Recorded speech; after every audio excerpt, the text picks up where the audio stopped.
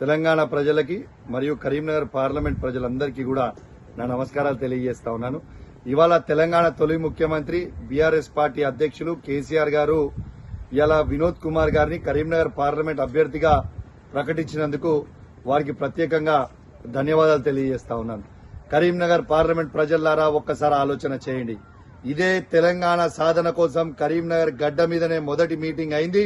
మన పోరాటం ఫలితం ఇవాళ తెలంగాణ వచ్చింది.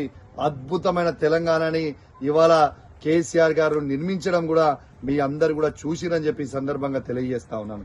మళ్ళా ఇవాళ కేసీఆర్ గారు బీఆర్ఎస్ పార్టీ జెండా ఎగిరేయడానికి తొలి మీటింగ్ ఇలా కరీంనగర్ నుంచి మొదలు పెట్టబోతా ఉన్నారు. తొలి అభ్యర్థిని కూడా కరీంనగర్ పార్లమెంట్ అభ్యర్థిని వినోద్ కుమార్ గారిని కూడా ప్రకటించింది మీ అందరు కూడా గమనించాలని విజ్ఞప్తి చేస్తా ఉన్నాను. అద్భుతమైన ఫలితం ఇవాళ బీఆర్ఎస్ పార్టీ జెండా కరీంనగర్ పార్లమెంట్ మీద ఎగరబోతుంది.